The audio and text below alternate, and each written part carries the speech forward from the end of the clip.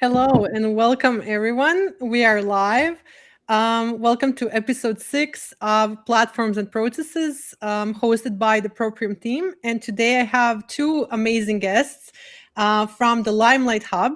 And you're going to hear a lot about Diana and Yulia today. But I just want to say before they say something about themselves that it's going to be a very interesting episode for founders, because we all need to do two things, I think, in this new era that we are in. One is public speaking, for which they are experts, and you're going to hear about that a little bit in a few seconds, actually. And the other one is automation, because we all founded our businesses because we want free time and we don't want to sit and work for 16 plus hours a day. So to everybody who's watching us live, I hope that this is going to be really fun. Please ask questions in the comments. We're going to answer them live. And, sit down, have a coffee, and stay with us on this journey of public speaking and automation that we have planned for you today. So, Yulia, Diana, welcome. Can you tell us a little bit about yourself? Thank you. Thank you, Laura, for having us. That's so amazing. Hi, everyone. I'm Diana. I'm a co-founder and a public speaking coach at the Limelight Hub. And we empower founders, business owners, people in tech to speak with impact and confidence so they can go for their dreams, fight the stage right, and just be themselves when they speak to people. Yulia, would you like to add something? Yes, I would like to add. First of all, I'm Yulia. It's nice to see you all. And our mission is help people feel better about themselves by public speaking. And we love to be here. Thank you, Laura, for having us. And I have to say that I worked with you guys for a while now, and that basically I cannot recommend them, the more you're going to see this episode, this is actually a testimonial to their public speaking and how they're going to present themselves. But also, you can watch an episode of Systems with Laura podcast with Diana. We're going to put the link later on in the description of the episode. I'm still not getting the hang of this, influencer slang. So I don't know what to say sometimes, but basically we're going to put the link in the description. And they also worked with us on their automation for the last few months. And basically this is why we have this topic today. So, before we kind of jump into all of that, what do you guys see when you work with founders on public speaking, and when you work in your business? What are the problems and issues that are common that you encounter with founders? Diana?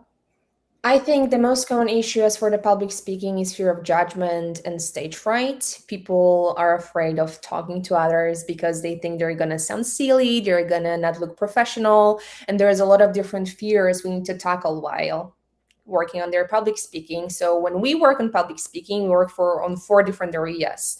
We work on their minds so they can face their false beliefs about their public speaking. We work on their scripts and their presentations so the story is clear and people can follow easily. We work on their body and their voice so they can release the tension in their body and fully get back to themselves. But also we work on the delivery as well, to make their presentations more interesting, how to speak to people so people listen to you. And the most common fear is, again, am I clear enough?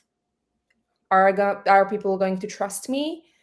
And remember me. Am I meant to do it? Like, should I do it if I can do it right away? People get discouraged. People get stressed because they don't succeed right away in public speaking, but they don't succeed because they don't train, because it's like any other skill. Yulia, would you like to add something to that? I would add to it that what we feel is important in public speaking and what founders and people in tech in general feel like very important in public speaking, they are 2 different things. So we often see how people use, like you mentioned, the bird language, the slang, and it's not actually understandable for people in the audience in most of the cases. So the simpler you talk, the better it is for your presentation, for yourself, and for your audience. People must feel comfortable around you, then you are leading the meeting or staying on the stage. This is really important. And the main thing they focus on is that it doesn't matter how you actually look. What matters is your message and how well you connect with the people you're talking to. And also another aspect of it is being non-native English speakers in the US. We know how it feels if you need to start presenting in English in your non-native language. And we have a lot of clients who feel like they can't be fully themselves in English, presenting in English. So we're getting back to this point of I want to be perfect while speaking English because I want people to see me as a professional. And then we show them that you don't have to have perfect English to show up in the room fully. You don't need to have perfect English to be yourself while speaking to other people. And we are getting back to this message of just go out there, do it with pride, share your message with others, and don't stay hidden because you're afraid of public speaking. I would say, as a founder who's also not non-native English speaker, but I do live in Europe. You guys live in US, so it's much more, I think, necessary in everyday use, not just in business. But I think that public speaking is not just presenting on a stage that people think that it is. It's also your public speaking when you're presenting to your team, when you're trying to, talk about automations with them, when you're trying to implement something in your business. That's also public speaking. And I think that anybody who owns a business, who runs a business, who has those day-to-day situations where you have to negotiate, go on sales meetings, you have to talk to your team, you have to hire, you have to have difficult conversations and all of that. I think that they should also reach out to both of you for public speaking and not just think that it's for a stage, right? Or am I wrong? It's not acting. It's not only stage. In everyday life, we always have conversation, the meaningful ones, which we need to present well. And we need to influence people, and we need to deliver our messages, no matter if you are on the stage or behind it. Perfect. So I would jump into the automation aspect of it, because I think that would be something that everybody also needs, such as public speaking. So how did we come to this topic? We were talking for a few months about it, and I'm wondering, like, from your perspective, from both of your perspectives, you dabbled in automations with us. What changed? What was your first, I would say, impression before you started thinking about this? How did your business feel, I would say? And then basically, like, how are you thinking about automations now? The hardest part of being a business owner is that you need to wear tons of hats. From my perspective, the biggest shock for me at the beginning was, Diana, you're going to run the workshops and work with clients, but also you're going to be thinking about marketing. You're going to be building your website. You're going to be working on your leads. You're going to be doing so many different things that are not necessarily public speaking coaching. And we got to the point that we have more and more clients, and we just got so tired of doing operational tasks. And we were talking to like, Yulia, we need to automate it somehow, because we're getting to the point that we don't have time for our clients because we need to focus on the operational tasks that we need to do every day. So that's how we found you, because we got to the point that automations started to feel necessary at this point. And overwhelming at the same time. Because before you start building something, you need to ask the right question. And this is the hardest part. This is where we struggled. We had no idea where to start. And actually, Diana mentioned that we were overwhelmed with small tasks, with operational needs, which we started thinking who we should hire maybe for ourselves. And then stop. Diana, we live in the Silicon Valley, and it's an AI era. We definitely can find something virtual, something non-human being to help us with. And that's how we started searching for something like this. I hope that also, you're not referring to the non-human being, me. You said we know it's not you, of course. I mean, the virtual assistants or the systems which would do the work for us. Did you test? I'm sorry for jumping in. Yeah, did you test anything at the same time? This is the happiness of working via internet, right? I'm jumping into your sentences like mid sentence. I'm really sorry. I just wanted to ask, did you test anything before you decided to reach out to a professional? Because you guys both mentioned AI. Yeah. Well, of course, we started working with just chats, with ChatGPT, with Claude. We started to, first thing we optimized with AI was, of course, content creation. Mm. That was the first thing we optimized. But then I think we stuck, right, Diana? We also joined the Google Business. It helped a little bit. Yeah, because you can automate the scheduling there with Google Right. Calendar. You get a lot of free resources like transcription of your meetings and then generating tasks out of it. So it helped us a little bit, but then we got to the point that we have so many different apps and platforms to choose from that we don't even know where to start, because every platform we're going to choose, we're going to learn. I mean, we need to spend Exactly. extra Spend time time learning for this it. platform. And Yes. there's so many. So that's why we got back to you saying, hey, Laura, could you show us the first steps? Could you help us navigate the challenges we have in each platform? Yulia, you had such a big problem with newsletter, right? And it With seems to be newsletter, easy. it was a nightmare. Right. Yes. Because we tried several platforms and none of them would feel right because it was so complicated. And I even broke our website and our online presence by making one of them work. Yeah, it was a struggle. So for a couple of days, we stayed without connection to our clients, to the world. It was too bad. So I had to fix it at night when we I figured it out.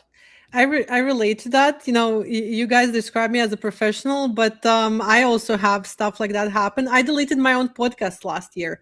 It's just silly because I was deleting a Google Workspace account that we no longer use. That was actually the account with which I created the podcast Sure. channel, and I didn't know, so I learned the hard way. You know, but yeah, that's all normal. I think that when we all open a business, we hope that we open the business to work on what we opened the business for. And then it turns Exactly. out that the founder gig is actually something much more different. And I've heard that from multiple thousands of people prior to opening my own business, but I was like, nah, that's just, they didn't organize properly. That's impossible. There's no way. And then it just feels like all of this like baggage falls on you, like you're a Exactly. founder now, here's a bunch of suitcases thrown at you and just like figure it out. And I had to learn the hard way what are like the DKIM records, DNS records, SPF records for email, stuff like that. I never wanted to know those things, right? And I Exactly. never wanted to learn how to make a website, to be honest. I wasn't particularly interested ever in marketing.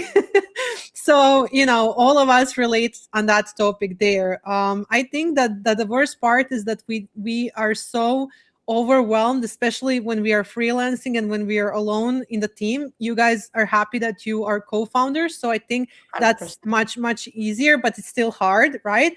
I think that it's always like I don't have the time to slow down so I can speed up, if that makes sense, right? And then when you do slow down, how do you speed up? What is that you need to do? Basically, do I need a CRM? Do I need an automation?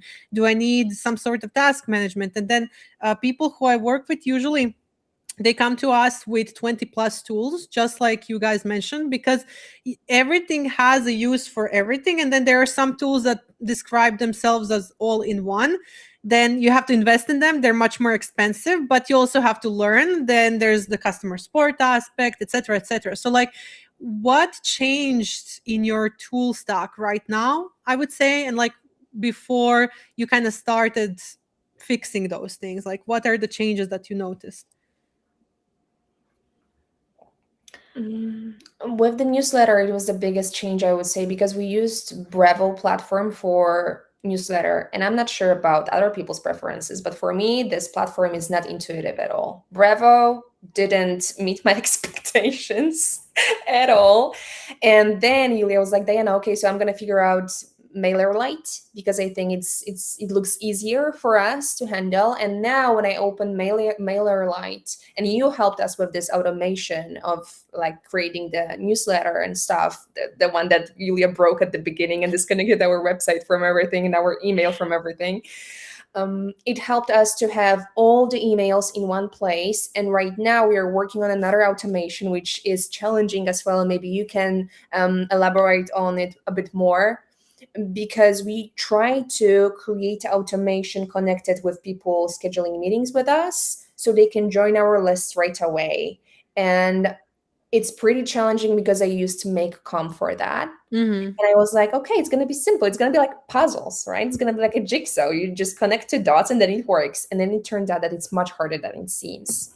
So from one perspective, it's amazing to have the automations ready. But the other aspect is to have someone to show you how to do it efficiently. Or if you don't want to spend tons of time watching videos and trying to figure it out by yourself, you can have a call with you, as we did with newsletter, right? In this like very bad situation with the email, you're like showing us step by step, okay, go back there, fix this, you can do that. And that's much, much easier than doing it all by yourself.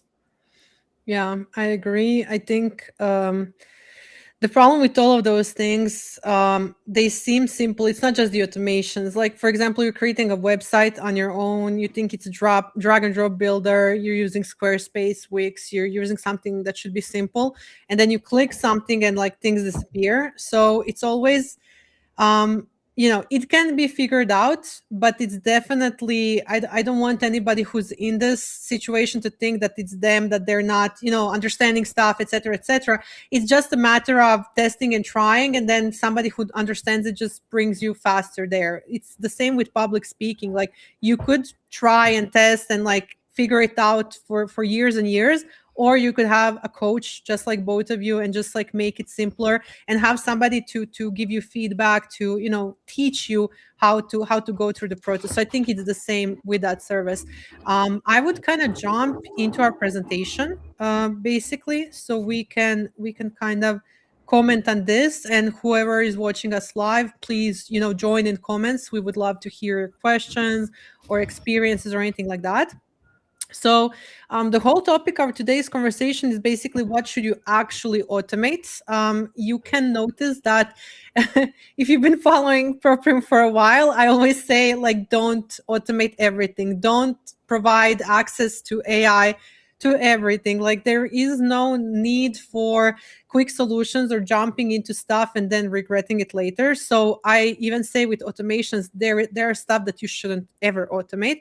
So we're gonna comment a little bit about those things. So first things first, here I went to the second thing really fast. This is because the internet is not as fast as my clicking. So yep. So there are three things that we kind of agreed on when we were preparing for the show.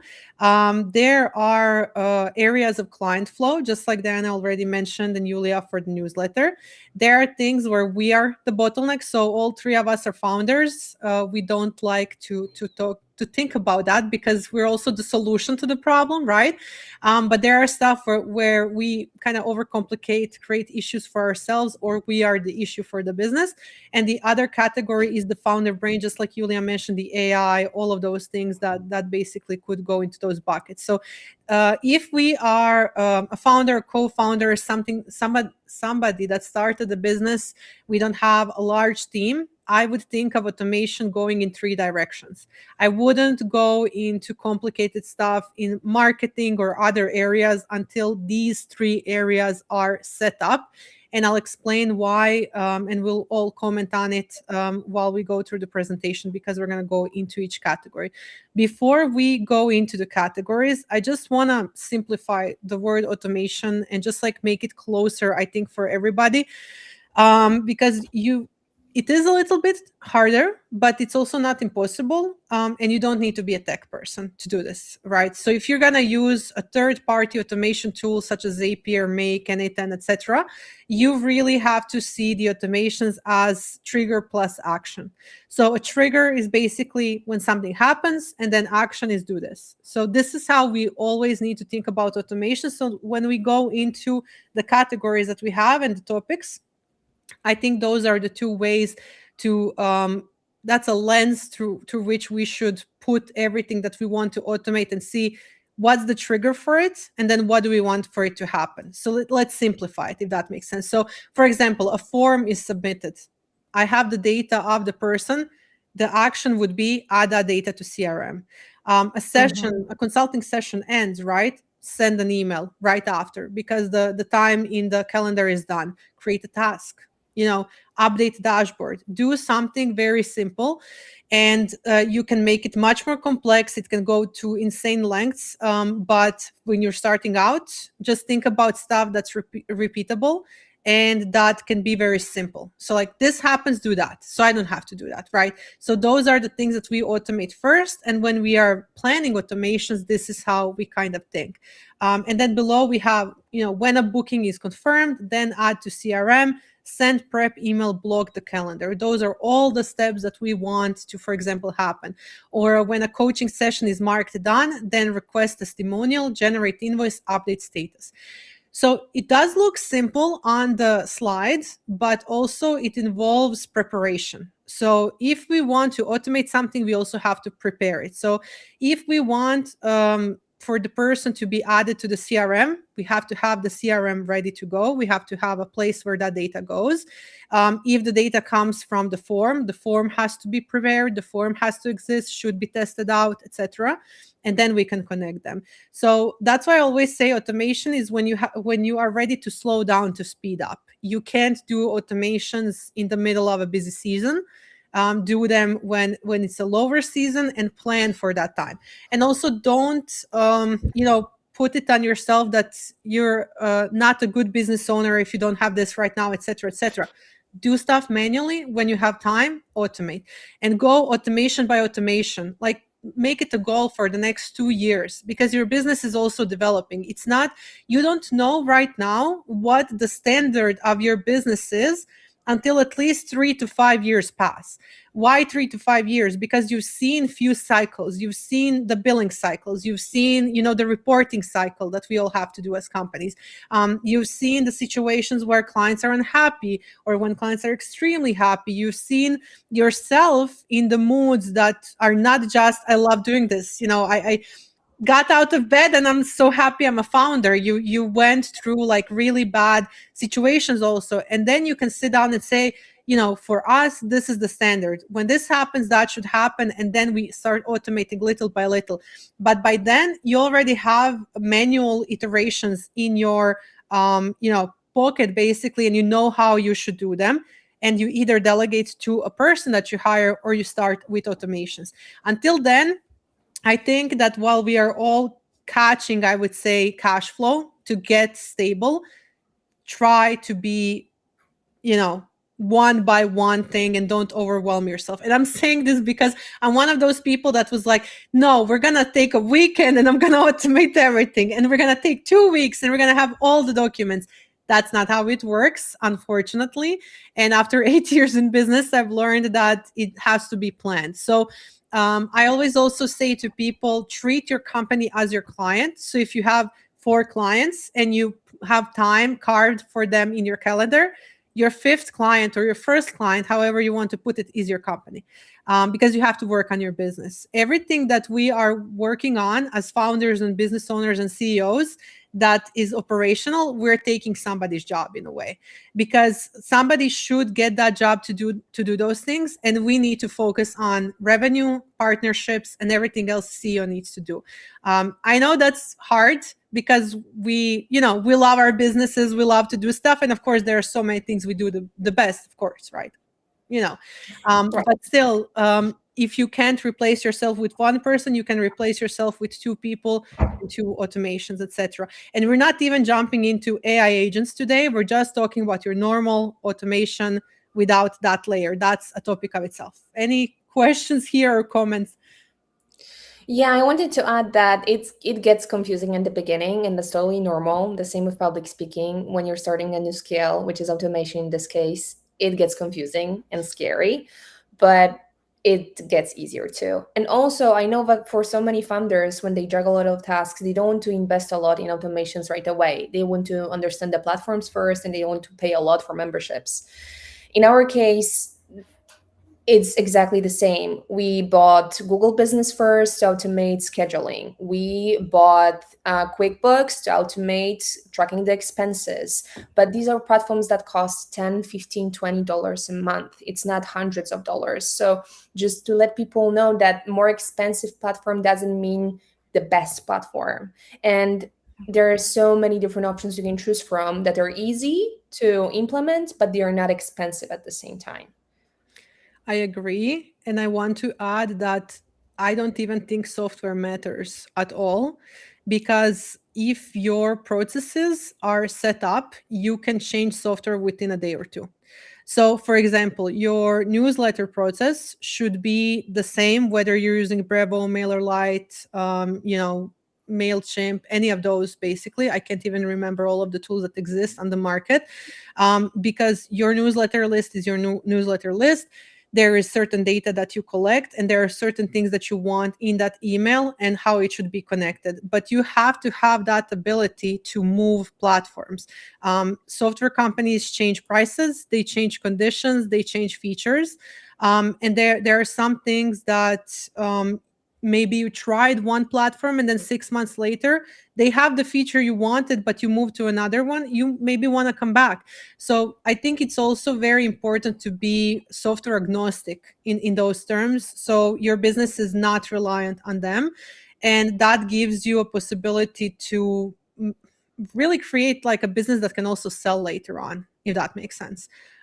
Because if you adjust your business to software, which I see a lot of people do, so everything you said is correct. You chose the software, you went the correct steps, but then sometimes I see people getting stuck. For example, they're using a tool, and the tool has certain architecture or naming conventions that they adapted to, but they don't have relational capabilities that they needed. But then let's do that part in Excel. It doesn't matter. You know what I mean? Let's do that part in Google Docs. Let's do that part there.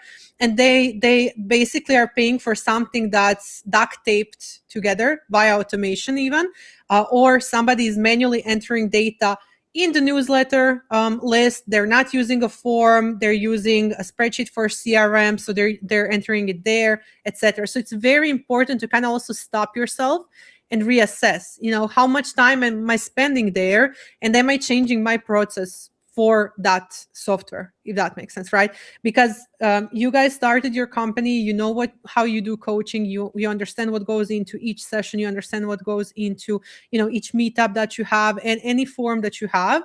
And then if that starts to change because of software, or software starts making that not as easy as it should, then it's time to rethink the software you're using, even though it's cheaper, if that makes sense. Mm-hmm. Yeah.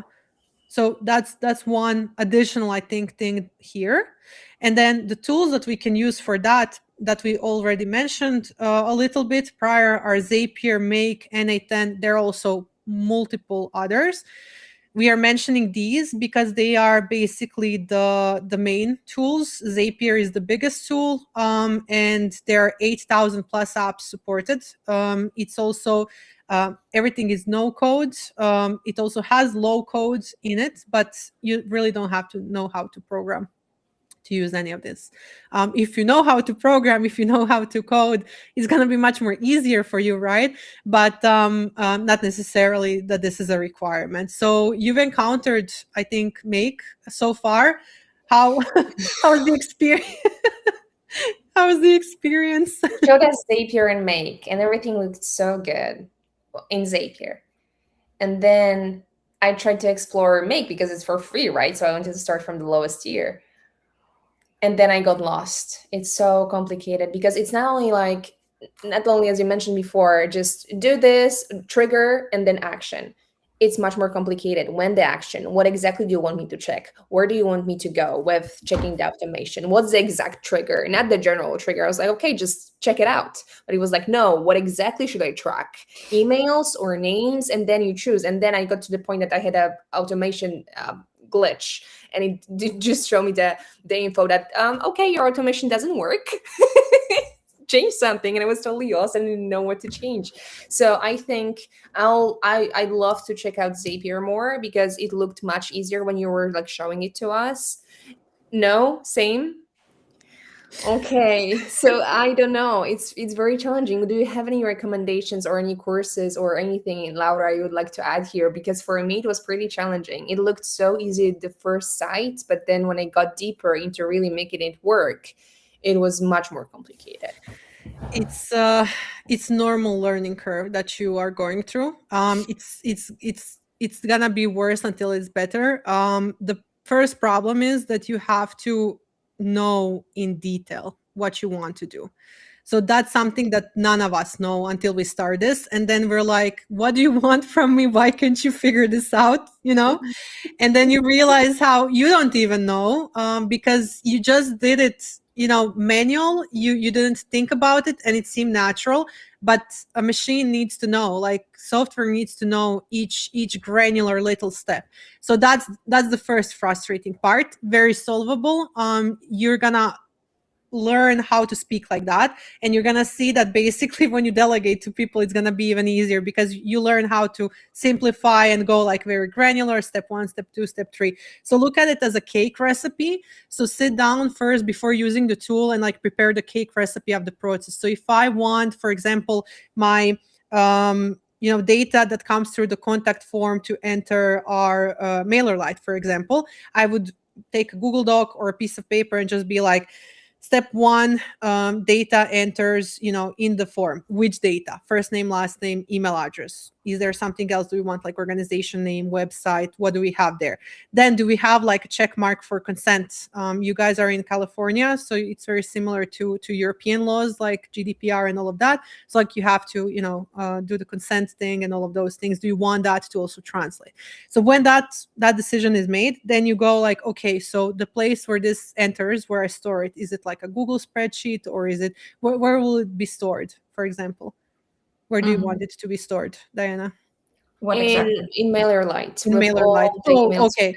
So then we just need to see, does MailerLite have the same fields as those that we are collecting in the form? So like if we have first name, last name, email, but maybe we don't have the website, do we want to add that as a custom field, right?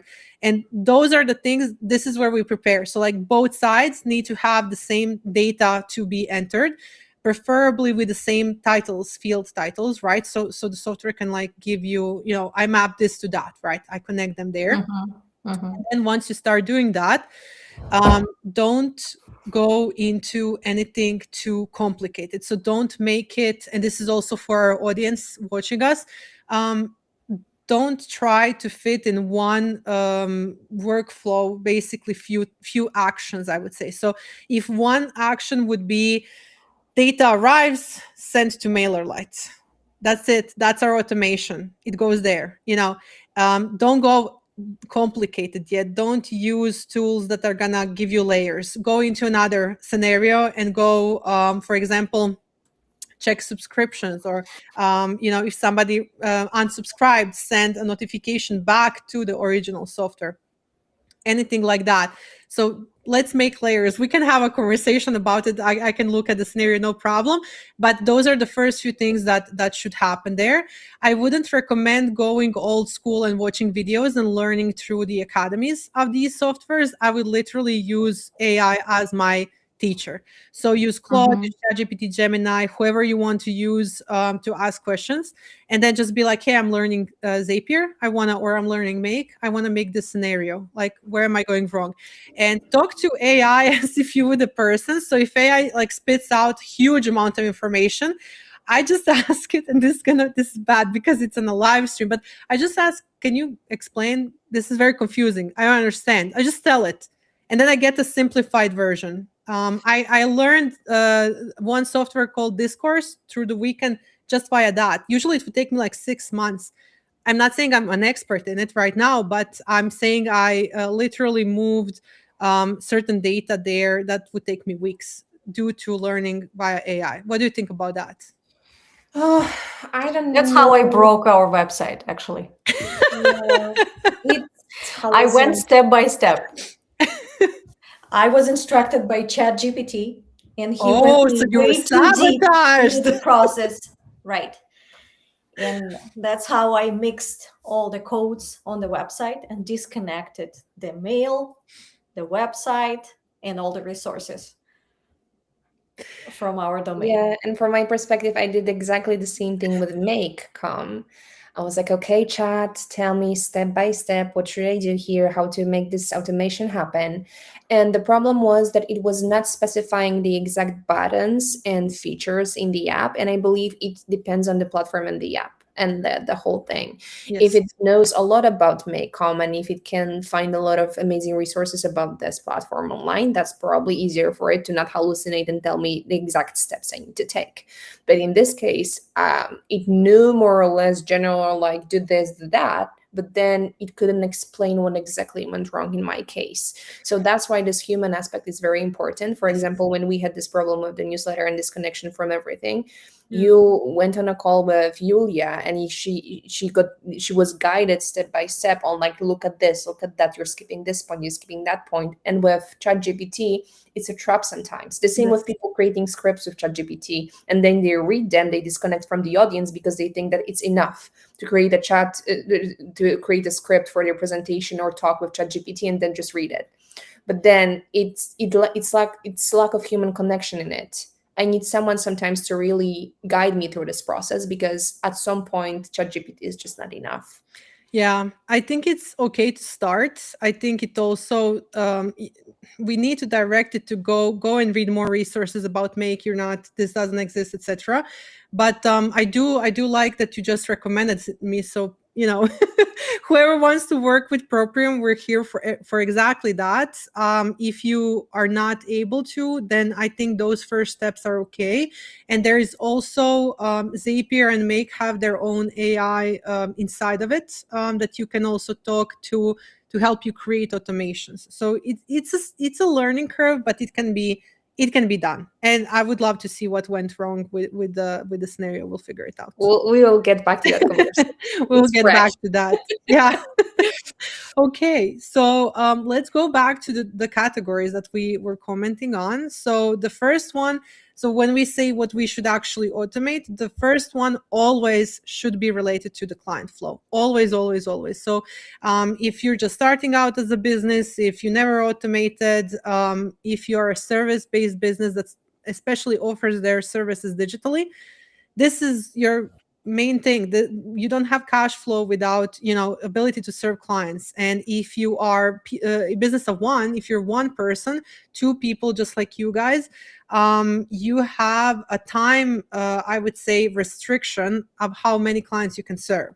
So the more efficient your client serving process can become, the more clients you can serve, the better cash flow stability is going to be. And you can also hire, you can have collaborators, etc. So that's why I always say do the client flow first. So think about, when you're preparing this, what is the path from somebody found you and reached out, or you reached out to them, to they paid you, A to Z, basically. What happens in between?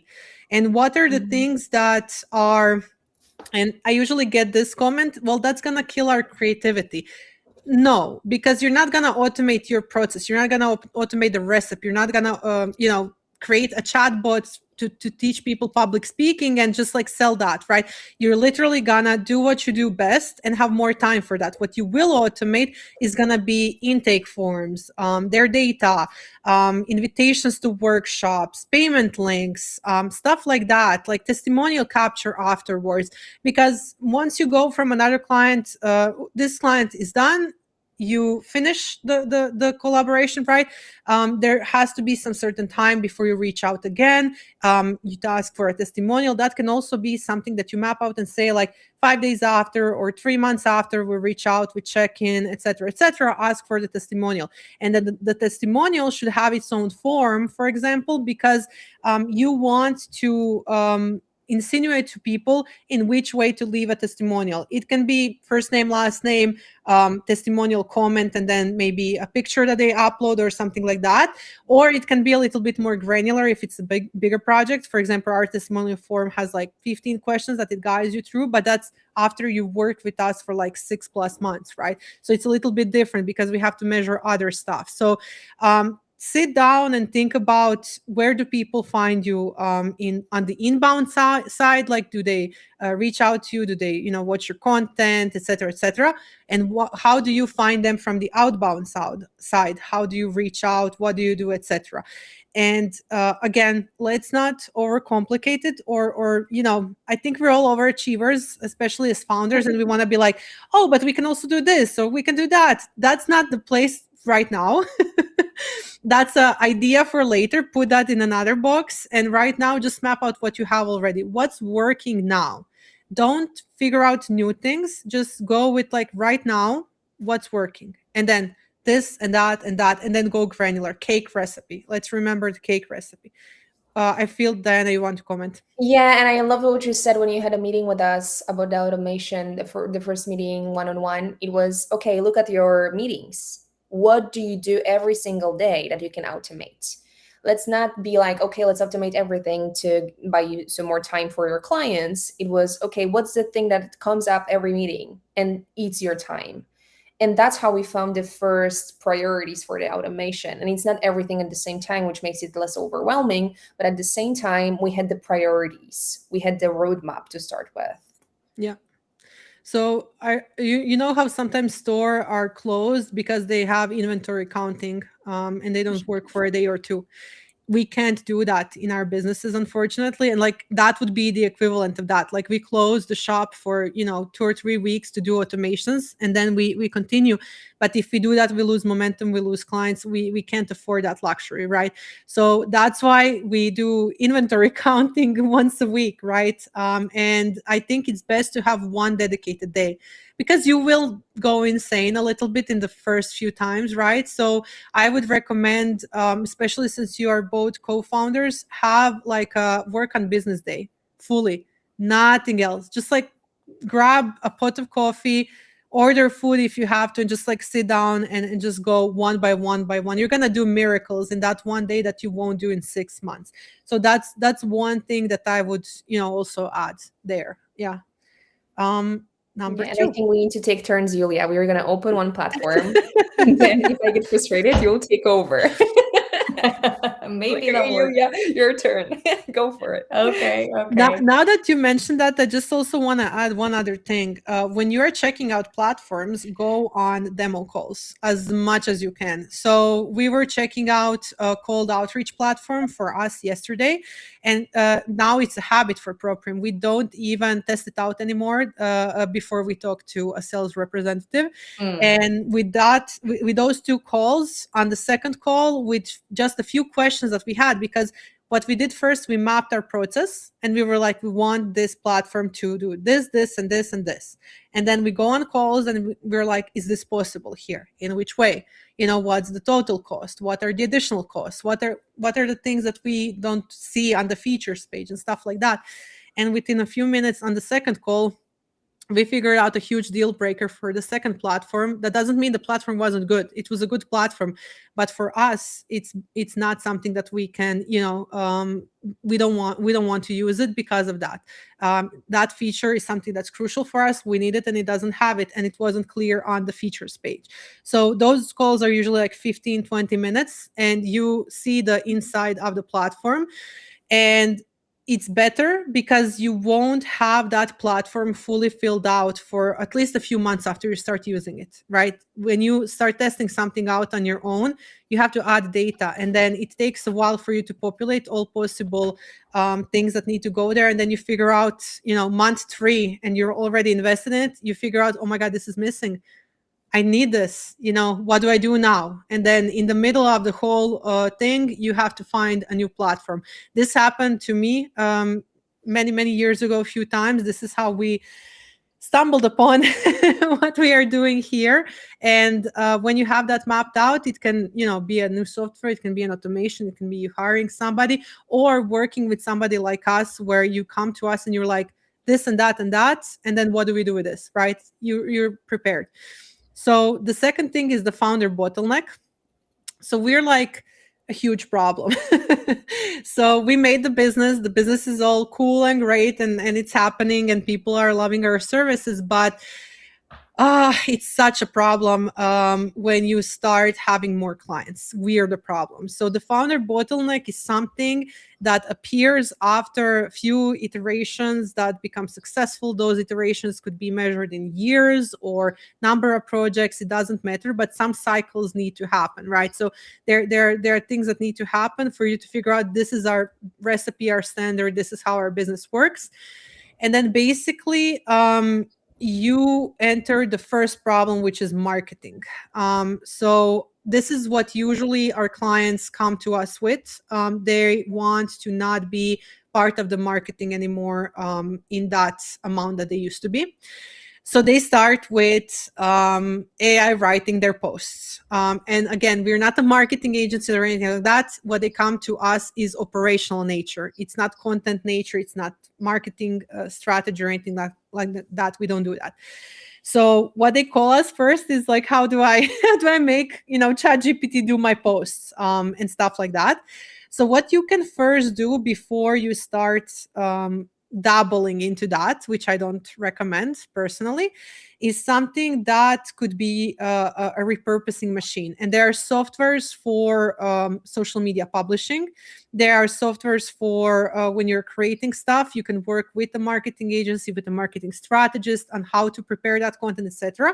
And then you can actually schedule it. You don't have to live record every reel. You don't have to live record everything that you do. There doesn't have to be all that content all the time.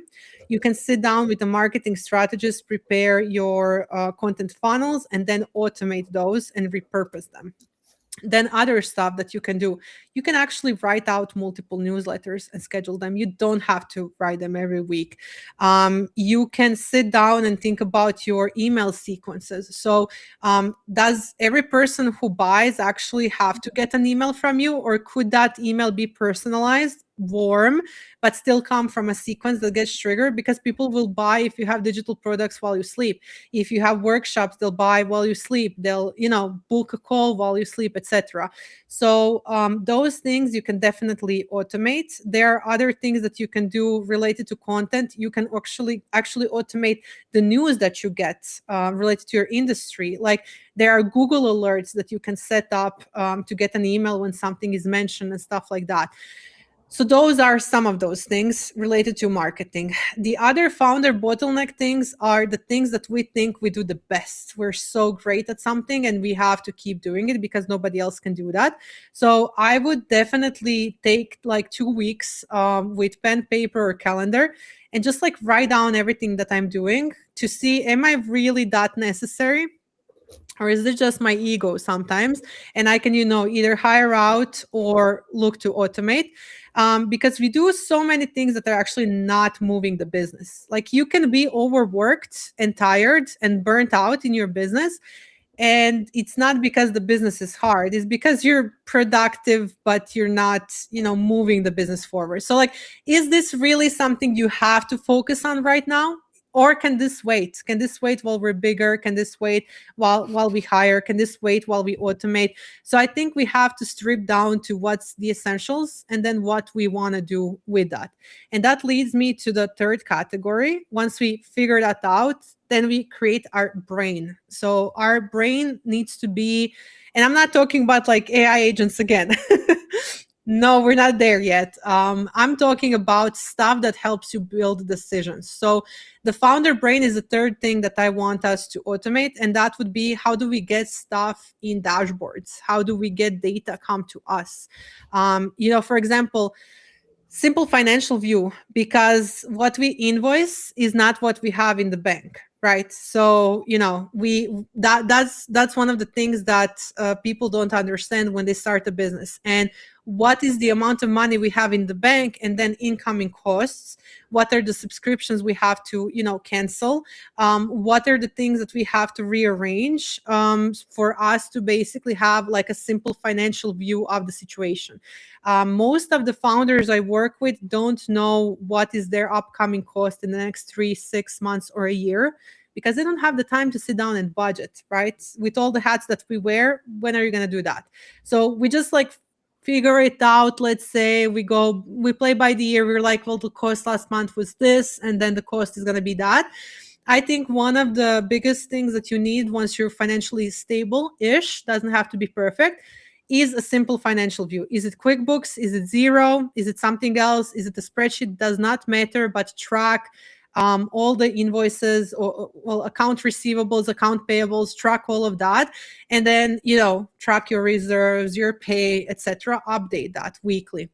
Then the second thing is your sales pipeline, because if there's no sales, there's no business. We can all have different opinions about sales and all of that, but if you don't sell, you won't earn. The business will not be here. So it can be the best business in the world. We can love it. But if we don't know who we need to follow up with, who we need to call, what we need to do, if we just live on referrals, it's gonna disappear at some point. So definitely a mini CRM, or just a list of people you need to contact, anything light that will help you understand, okay, we need, I don't know, because of the first financial dashboard, we need like X amount of money. And then this is how we get that X amount of money, right? So those are our CRM relationships, basically. And then our weekly analytics. We don't have to measure everything. Like I went very crazy when I started doing this. I was like, I'm a geek, so I wanted like, well, the KPI is here and the KPI is there, and it doesn't matter. So what actually moves the needle? That's our weekly analytics. It's not going to be number of followers for sure. It's going to be number of people who reached out with a question to work with you guys, right? So we don't need to think about number of likes. We don't need to think about the number of followers. There's a reason why marketing strategists count those, and how they, prepare the funnels and their analysis and all of that. But for you as a founder, what you need to know is, are people going to buy? What is my signal, right? And then what do I need to change for the next week to improve? And then also, you can use a little bit of AI. I wouldn't recommend jumping into AI fully. I wouldn't recommend right now, until you're sure of certain things, to jump into building those. But there are AI layers that you can use, like Google Workspace has Gemini. Why look for documents? Ask Gemini where that document is. There is an email thread that's long. Gemini is inside of it. Ask, what's my task here? I have a note taker. Talk to the note taker, right? Ask a question, get the data. Don't lose time on stuff. So that type of AI layer is very light. Check what you are compatible with. Don't jump into, of course, software that doesn't fit your business. Check all the requirements since you're collecting data and all of that. But all that aside, just try to make your life easier in the short term before you jump into a bigger layer, right? So that's the founder brain. I think that it's very important to know by a glance the health of your business. And that's your financials, upcoming sales, basically who you need to call, what are your, I would say, outreach channels type of thing. So if you are reaching out to people in DMs, if you are trying to, create connections, create relationships in that way, you're talking to them. We're not using automation or anything like that there. You also have to keep track. You talk to somebody, when do you need to reply back and stuff like that. So what do you guys think about this? You said so many great things. I really resonate with the idea of checking progress every week and looking at the data and be like, okay, am I seeing the growth or not? And it's a trap for small business owners, especially at the beginning of the journey, because I'm a very impatient soul. I want to see the progress super fast. And if I don't see the progress really fast, I get discouraged. But in a small business like ours, it just doesn't work.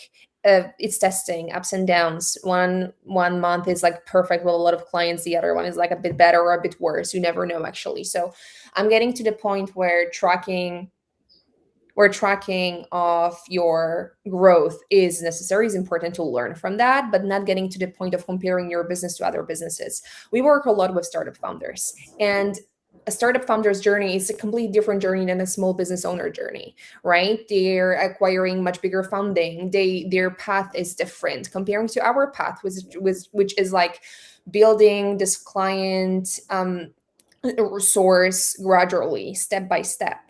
So I just want to say that I totally understand and agree with everything you said. But again, small steps, step by step, learning and being patient with all of the changes that are going to happen sooner or later. I agree, and we started building this after 5 years in business. We didn't do that, so don't feel pressure. But what I used to do when I was starting out, I had simple spreadsheets. So who am I talking to? Spreadsheet. What are my invoices? Spreadsheet. So it doesn't have to be. I know it's a huge pressure. AI this, automation that, it doesn't have to be something that you use. You're not going to be behind. There are businesses that use pen and paper still in 2026 and earn millions. It does not count as a measure. So it doesn't mean you're not running your business well if you don't have this. So this is for you and everybody listening. This is, like you said, baby steps. But what I like when you do start tracking that, for example, I personally thought that we are maybe a little bit behind this summer in our sales. And when I checked our dashboard that compares automatically sales from previous years, we're actually not. We're actually 40% growing than previous year. So I really didn't have that feeling. So sometimes even your feeling can make you feel like you're not doing enough, but then the numbers show you that that's not actually true. So it's also good to have it for that. Plus those oscillations when they happen, just like you said, sometimes it's more clients, sometimes it's less. If you keep track of those things, you're going to see seasons, and you're going to see, for example, our clients who do public speaking coaching, they purchase usually in, I don't know, November, October, etc. So, for example, then you would know that you have to have reserves for the months that's not something that's maybe that's interesting for them, and then just go on vacation. Why not? You know what I mean? Just like take whole July off, because you kind of paid for it with the capacity that you built out previously. And that's also true for a lot of businesses that we all have seasons. For us, summer is much more interesting, because then it slows down for our clients so they can build their business in peace. So it really depends. It really depends on the clients and all of that. No pressure though. No pressure. Okay. Let's go to the next slide. So just like we said, there are 3 things that we need to keep in mind. And everything that happens, think about, is it something to automate, delegate, or keep manual, right? So what are we going to automate? Simple stuff that are repetitive and rule-based. We can't, unless we build some complex workflows, AI agents, and stuff like that. Right now, the best thing for starting out would be to automate something that's really straightforward. So everything that's straightforward should go into that bucket. And then those things could be like session reminders, lead capture, invoice follow-ups, etc., etc. You don't have to send an email manually to the client. And it's also much easier psychologically, if that makes sense. It's not that personal then if you do that. Delegate. If you don't have somebody to delegate, then you delegate it lower on your to-do list preference, right? It doesn't have to be necessarily to somebody else. It can just go lower on the priority, but it could be stuff like, client onboarding calls. There are some that could become a form. If you can't delegate to a person or have somebody else do it instead of you, there are some things you're going to realize, well, we keep saying those things in the first hour when we meet somebody. Why not put it on the onboard form and create a video of 15 minutes? They watch the video, put everything in the form, and then we start the way we should. That's going to save you hours. So those are the things that you can also think about. Doesn't necessarily have to be an automation or a hire. And then what we need to keep manual. Of course, you're going to keep hiring manual, but not everything related to that. So like if they're going to fill out the form with their CV and answer questions, that's not going to be manual. But it's a small company you're hiring. You want to meet somebody. You want to see if they fit the culture. You don't want to just, give that to somebody or give it to AI. I wouldn't do that, right? Partnership deals, you have to negotiate those. Pricing changes has to be your decision and stuff like that. So I would have a piece of paper or a spreadsheet, and I would just like sit down. I would, both of you sit down together and be like, what do we do next? Do we automate this? Do we delegate? Do we keep this manual? Like which categories?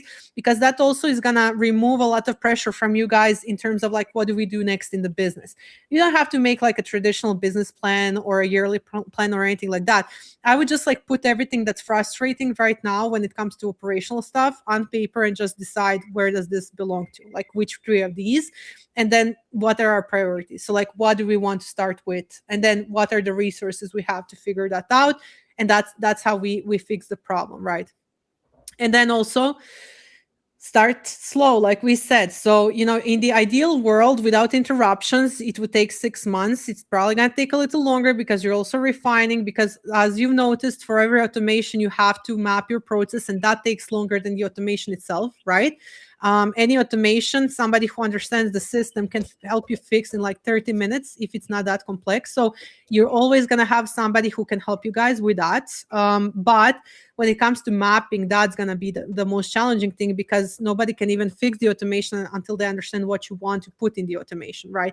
So keep like this 6 months roadmap, I would say, for those 3 categories. 1 and 2 are for the client flow, then the content system, or basically other things that we want to solve as the bottlenecks, and then the intelligence layer, like what do we track? In year 1 of tracking, that can be 3 things. Doesn't have to be complicated, like what is our cash flow, our runway for the company for the next 6 months?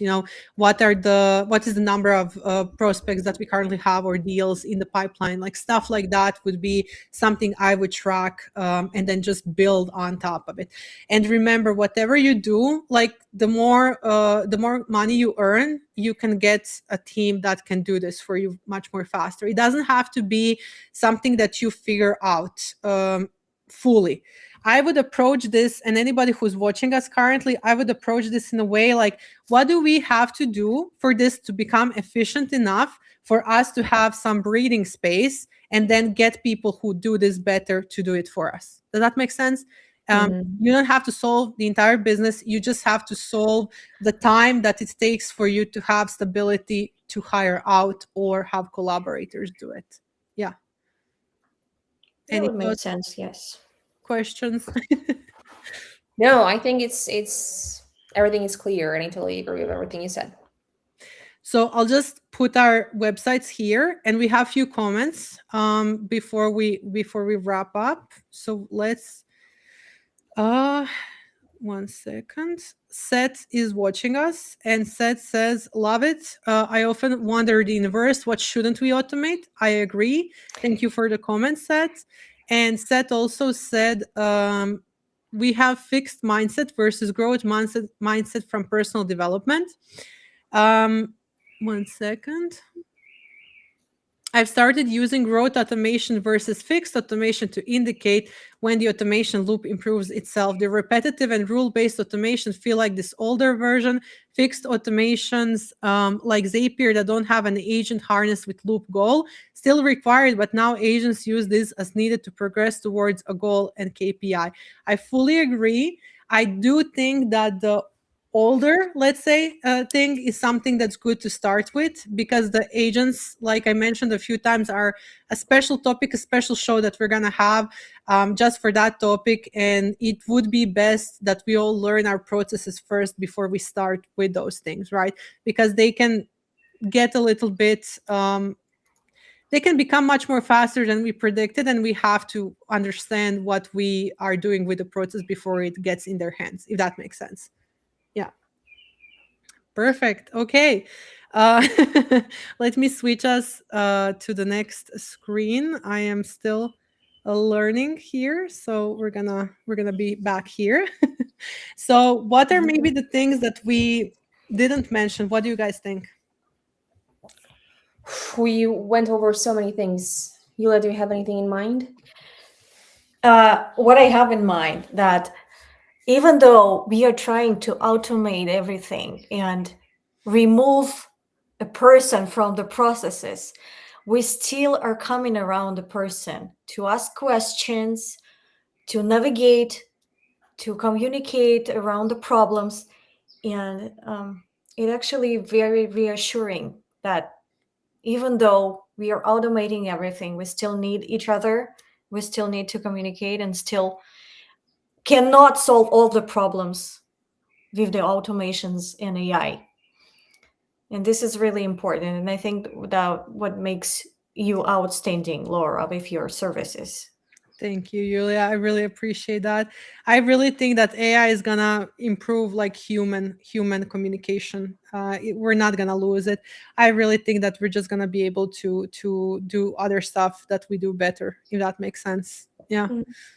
And I also really true. like your approach with understanding that not all the people you work with, most of the people you work with, don't have the technical knowledge. And we Yes. need this easy step-by-step approach because I believe for technical people, creating an AI agent is a snap of fingers. Yeah. And True. for people who mostly focus on working with people in rooms, coaching them, being with them, focusing on this aspect, not on the technical aspect of the business, things like that can be very overwhelming. And you show this very easy step by step approach that will show us that, first of all, we are capable of automating our own businesses on our own. And the second of all is this personal guidance you offer to people. Thank you. Yeah, and I also want to say, we keep saying you don't need any programming skills to do the automation. What you actually need is this logic, Yes. the simple math of doing regular things. You need to sit and really think about the logic of the process on the really, really basic level Yes. to simplify it to 1 and 0. So you don't need the programming skills, but you really need a lot of time and a lot of patience and a lot of attention to sit and think on the very basic level, like a computer would think. 1 to 0, Yeah. 0 to 1. Yeah. Step 1, open the mail. Step 2, write a letter. Step 3, send a letter. Step 4, check if it was open. Check, send a follow-up, and step by step, just really solve the task. Yeah, I think that when you're a creative person and when you do complex services, Exactly. it's really hard to think that way because there are so many layers, and this can lead to that, that can lead to this, etc. And you have to really scrape it to the basics. It has to be bare bones, just like you said, for it to work. Yeah. I And think I think that's that's the a huge hardest part. challenge. Yeah, especially if you're very intelligent and you both are, then that's gonna be an issue. And that's when people feel that they're stupid and they're not. It's just that you don't think that way. You think in a very complex, layered way.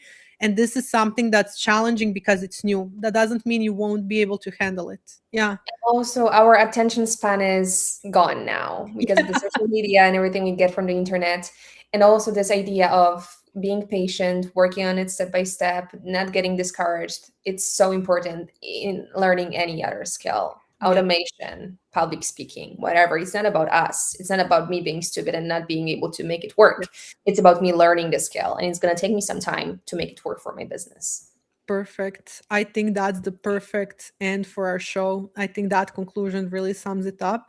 I hope that everybody who watched us, visits the limelighthub.com. And every founder needs both of you. And I think every founder needs Proprium. So, um, whichever first you choose to tackle, is it public speaking or is it automation and processes? Those are the two addresses where you need to send a question basically, and we would love to hear from you. Thank you so much for being guests on our show today, and thank you everybody for watching. See you in